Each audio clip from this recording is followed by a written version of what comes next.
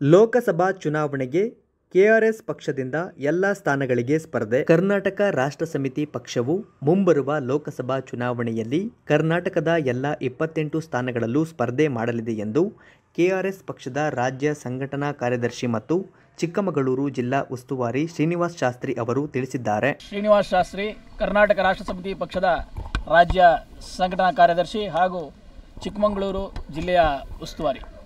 ಈ ದಿನ ನಾವು ಈ ಪ್ರೆಸ್ ಮೀಟ್ಗೆ ಬಂದಿರೋ ಉದ್ದೇಶ ಏನಂದರೆ, ಮುಂಬರುವಂತಹ ಲೋಕಸಭಾ ಚುನಾವಣೆಯಲ್ಲಿ ನಮ್ಮ ಕೆಆರ್ಎಸ್ ಪಕ್ಷವು ರಾಜ್ಯದ ಎಲ್ಲ ಕ್ಷೇತ್ರಗಳಿಂದಲೂ ಸ್ಪರ್ಧಿಸಲು ಇಚ್ಛೆಪಟ್ಟಿರುತ್ತೆ. ಈ ಸಂದರ್ಭದಲ್ಲಿ ಯಾರು ಆಕಾಂಕ್ಷಿಗಳಿರ್ತಾರೆ ಅವರು ನಮ್ಮ ಕೆಆರ್ಎಸ್ ಪಕ್ಷಗಳನ್ನು ಸಂಪರ್ಕಿಸಿ ಚುನಾವಣೆಯಲ್ಲಿ ಭಾಗವಹಿಸಲು ಅವರಿಗೆ ನಾವು ಅನುಕೂಲ ಮಾಡಿಕೊಡ್ತಾ ಇದ್ದೀವಿ. ಆ ಉದ್ದೇಶದಿಂದ ಆ ನಿಟ್ಟಿನಲ್ಲಿ ಇವತ್ತು ನಾವು ಪ್ರೆಸ್ ಮೀಟನ್ನು ಮಾಡ್ತಾ ಇದ್ದೀವಿ.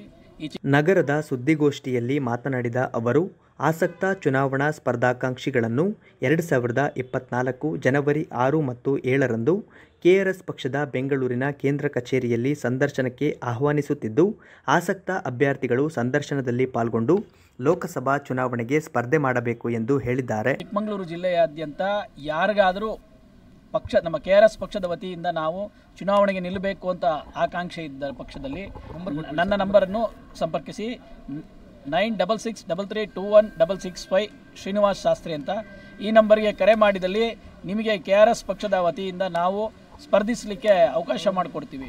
ಕೆಆರ್ಎಸ್ ಪಕ್ಷದಿಂದ ಸ್ಪರ್ಧೆ ಮಾಡಲಿಕ್ಕೆ ಒಂದು ಇಂಟರ್ವ್ಯೂ ಇರುತ್ತೆ. ಪ್ರತಿ ತಿಂಗಳಲ್ಲೂ ಕೊನೆಯ ವಾರದಲ್ಲಿ ಇಂಟರ್ವ್ಯೂ ಮಾಡ್ತೀವಿ.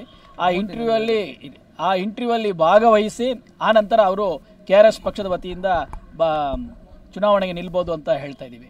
ಇದೇ ಸಂದರ್ಭದಲ್ಲಿ ಜನವರಿ 12ನೇ ತಾರೀಕು ನಮ್ಮ ಕೆಆರ್ಎಸ್ ಪಕ್ಷದ ವತಿಯಿಂದ ಸ್ವಾಮಿ ವಿವೇಕಾನಂದರ ಜನ್ಮದಿನದ ಪ್ರಯುಕ್ತವಾಗಿ ಯುವ ಸಮಾವೇಶವನ್ನು ಕೊಪ್ಪಳದಲ್ಲಿ ಆಯೋಜಿಸಿದ್ದೀವಿ.